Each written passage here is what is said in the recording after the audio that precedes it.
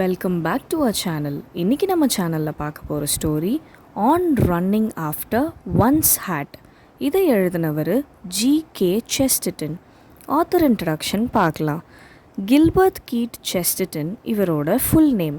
இவர் ஒரு English writer, literary and critic.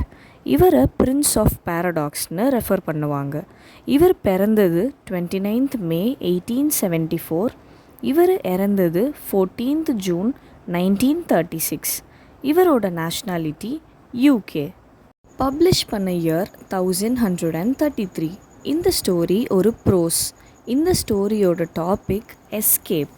ஒரு விஷயத்தில் எல்லா பீப்புளும் ரொம்பவே ஃபோக்கஸ்டாக இருக்காங்க. அவங்களுக்கு ஏதாவது ப்ராப்ளம் வந்தால் அந்த ப்ராப்ளமில் அவங்க ஸ்டே பண்ணுறாங்களா இல்லை எஸ்கேப்பாக ஆகுறாங்களான்றதை பற்றி தான் இந்த ஃபுல் ப்ரோஸும் இருக்கும்.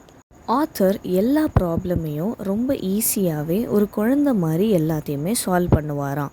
எந்த ப்ராப்ளமாக இருந்தாலும் அதை ரொம்ப ஃபோர்ஸ்டாக நமக்குள்ளே எடுத்துக்காமல் ஒரு குழந்தை எப்படி சிம்பிளாக சால்வ் பண்ணுமோ அந்த மாதிரி தான் இவரும் சால்வ் பண்ணுவாராம். ஆத்தரோட லைஃப் கூட ரொம்ப சைல்டிஷாக அவர் லீட் பண்ணுவாராம். ரொம்ப சந்தோஷமாக ரொம்ப பீஸ்ஃபுல்லாக லீட் பண்ணுவாராம். அவரோட லைஃப்பை இப்போது ஒரு எக்ஸாம்பிள் கூட கம்பேர் பண்ணுவார். ஒரு குட்டி பையன் ரயில்வே ஸ்டேஷன் கிட்ட உட்கார்ந்துருக்க மாதிரி யோசிப்பார். ட்ரெயின் ரொம்ப லேட்டாக வரும் அன்னைக்குன்னு பார்த்து. ஆனால் அந்த குட்டி பையன் அங்கேருந்து போகாமல் அங்கேயே வெயிட் பண்ணிகிட்ருப்பான். அதே மாதிரியே நம்மளும் குழந்த போல் எல்லா விஷயத்தையும் ரொம்ப சந்தோஷமாக எடுத்துக்கணும். நம்மளுக்கு ப்ராப்ளமே வந்தால் கூட அதை ரொம்ப சிம்பிளாக நம்ம சால்வ் பண்ணணும்னு சொல்லுவார். ஆத்தர் இப்போ ஒரு ப்ரீஃப் எக்ஸ்ப்ளனேஷன் கொடுப்பாரு. நம்மளோட லைஃப்பில் நிறைய பேர் ஆட்டோ, பஸ்ஸு, ட்ரெயின் இதுக்காகலாம் வெயிட் பண்ணுறவங்கள நம்ம நிறையவே பார்த்துருக்கோம். கொஞ்சம் அந்த வெஹிக்கிள் எல்லாமே லேட் ஆனால் நம்ம அப்போவே ரொம்ப ஸ்ட்ரெஸ் ஆகிடுவோம், நம்மளுக்கு லேட் ஆகிடுச்சே அப்படின்னு. ஆனால் அங்கே இருக்கிற குழந்தைங்கள பார்த்திங்கன்னா எதையோ பற்றி யோசிச்சுக்கிட்டு ரொம்ப சந்தோஷமாகவே எப்போவுமே இருப்பாங்கன்னு சொல்லுவார். அந்த பீப்புள் எல்லாருக்கும் லேட் ஆனதுனால அவங்க அதை அக்செப்ட் பண்ணிவிட்டு அங்கேயே இன்னொரு வெஹிக்கிள்காக வெயிட் பண்ணுறாங்களா இல்லை அங்கேருந்து எஸ்கேப் ஆகி வேறு எதனா சொல்யூஷன் இருக்கா அப்படின்னு பார்க்குறாங்களான்ட்டு சொல்லுவார். யாராக இருந்தாலும் அங்கேருந்து எஸ்கேப் ஆகி வேறு ஒரு சொல்யூஷன் இருக்கான்னு தான் பார்ப்பாங்க. இதையே தான் ஒரு குழந்தையும் எப்போவுமே திங்க் பண்ணும். இந்த சொசைட்டியில் இருக்க நிறைய பேர் மற்றவங்களோட கஷ்டத்தை பார்த்து சிரிக்கிறாங்களே தவிர அவங்கள என்கரேஜ் பண்ணி அவங்கள மேலுக்கு கொண்டு வரணுன்ட்டு என்றைக்குமே நினைக்க மாட்டாங்க. சொசைட்டியில் இருக்க எல்லாருமே நல்லவங்களும் இல்லை, எல்லாருமே கெட்டவங்களும் இல்லை. அவங்க ஓன் சோலுக்கு தெரியும் அவங்க குட் பீப்புளா இல்லை பேட் பீப்புளான்னு. இந்த மாதிரி இருக்க நிறைய பீப்புளை நம்ம அவங்கள பார்க்கும்போதே ஈஸியாக கண்டுபிடிச்சிடலாம்.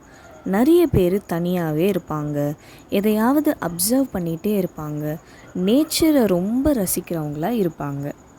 ஆத்தர் இப்போ ஒரு எக்ஸாம்பிள் சொல்லுவார். ஒரு பையன் ஒரு கேர்ளை ஃபாலோ பண்ணிக்கிட்டே போகிறான். அவன் ஃபாலோ பண்ணி அந்த பொண்ணு பின்னாடி போகிறத நம்ம சொசைட்டியில் இருக்க நிறைய பேர் பார்ப்பாங்க. ஆனால் யாருமே என்ன ப்ராப்ளம்னு அதை அனலைஸ் பண்ணி அதை சீக்கிரமாக சரி பண்ணி அந்த பொண்ணை காப்பாற்றணுன்ட்டு யாருமே நினைக்க மாட்றாங்க. இதுதான் இந்த சொசைட்டியில் இருக்கிற ட்ராபேக்னு சொல்லுவார். எந்த பீப்புளாக இருந்தாலும் அந்த இடத்துல இருந்து அவங்க எஸ்கேப் ஆகி போயிடணுன்னு தான் யோசிக்கிறாங்க.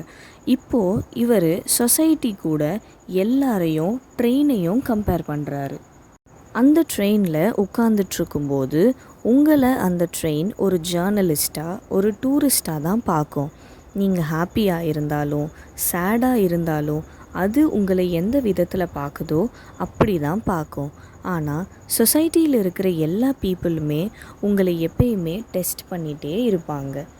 ஆத்தர் ஃபைனலாக இந்த இன்ஃபர்மேஷனை சொல்லி தான் முடிக்கிறாரு.